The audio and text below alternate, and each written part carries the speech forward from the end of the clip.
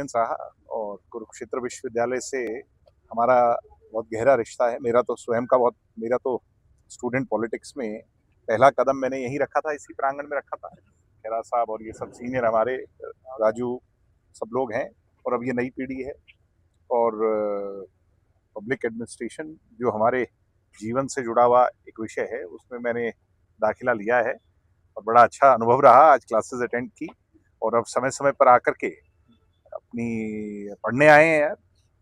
और उसके साथ विश्वविद्यालय के अंदर जो छात्रों के हक और हुकूक की लड़ाई है, उसको समय समय पर लड़ते रहेंगे। हमें तो कुरुक्षेत्र विश्वविद्यालय को विश्व पटल पर देखना है, उसको चमकता हुआ देखना है। तो आज तो शुरुआत है, मैं तो अपना समझ नहीं आया था कि कोर्स सिलेबस क्या है। और अभी तो रेगुलर क्लासेस अगले सप्ताह से और आगे शुरू होंगी, बता दिया जाएगा, नोटिफाई कर दिया जाएगा, सिलेबस जान लिया। तो बड़ा अच्छा एक्सपीरियंस आपके पिताश्री ने यहाँ से पीएचडी किया, उसी में आप भी पढ़ रहे हैं। मेरे पिता, तभी तो कहा कि हमारा बड़ा जुड़ाव है, मेरे पिताजी का जुड़ाव है। और उसके बाद मेरा जुड़ाव राजनीतिक तौर पर तो रहा, एज ए स्टूडेंट पहली बार हो रहा है। चौटाला साहब, आपने छात्र आंदोलन की आवाज उठाई थी, मुझे याद है उस दिन। अभी रायशुमारी जीजीयू से एक आंदोलन शुरू किया था कि हरियाणा में छात्र संघ के चुनाव होंगे, राजनीति में आपका सरकार में सहयोग रहा, एक डिटेन भी किया गया। अभी रायशुमारी करेंगे। अभी हम स्टूडेंट्स के बहुत सारे विषय हैं, पहले ही दिन इन सब चीजों पे चर्चा नहीं होनी चाहिए। अभी तो मैं आया हूँ यार, अभी मैंने क्लास में, मेरे बहुत कम बच्चे थे, मुझे लगता है कि बहुत कम अटेंडेंस है आपकी यूनिवर्सिटी में। तो मैंने उनसे बातचीत करी है, हमारे साथियों से, कि क्या मुद्दे हैं। मुझे तो पता ही नहीं क्या मुद्दे हैं। दिग्विजय चौटाला यहाँ पढ़ने आए या वास्तव में अव्यवस्था जो फैली उसकी जांच लगाने आए? अभी कहते हैं ना कि किसी को अजमाए पता चलता है, वो तो भविष्य में पता लगेगा। अभी मैं उसको, अगर आपको मुंह मियां मिट्ठू कैसे बनूं कि मैं पढ़ने आया हूं या क्या करने आया हूं, मैं तो पढ़ाई करने आया हूं।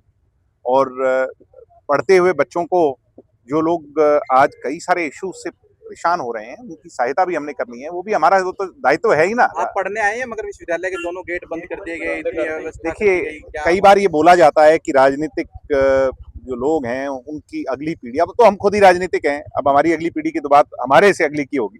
मगर ये कहा जाता है कि कुछ ये लोग जाकर के विदेशों में पढ़ाई करते हैं, क्यों नहीं ये हमारे बीच में आकर के पढ़ते। तो आज मुझे बड़ा अचंभा हुआ कि दरवाजों पर ताले थे। बहरहाल मुझे नहीं पता कि ये एसओपी है, प्रोटोकॉल है या क्या है, ये तो बाद में पता चलेगा। थोड़ा बहुत अभी हम जाके कैंटीन में बैठेंगे, बातचीत करेंगे स्टूडेंट से।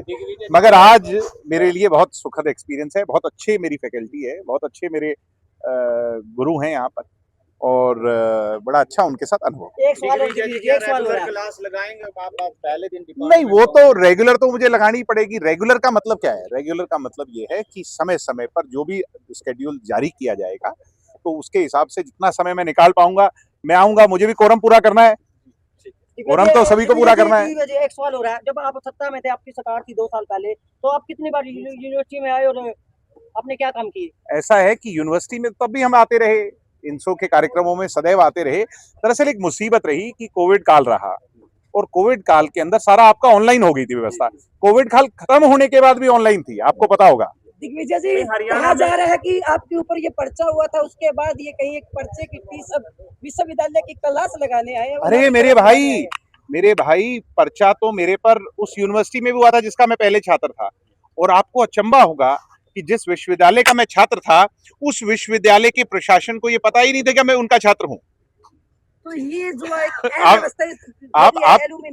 आप समझ सकते हैं कि जिन लोगों ने मुझ पर पर्चा दर्ज किया हिसार में, गुरु जम्बेश्वर विश्वविद्यालय में, वहां से आपने बीए की, उनके वीसी को यही नहीं पता, और मेरे पर जो एफआईआर है उसमें मुझे आउटसाइडर बताया गया। दोबारा ले लो दाखिला, मजा आएगा।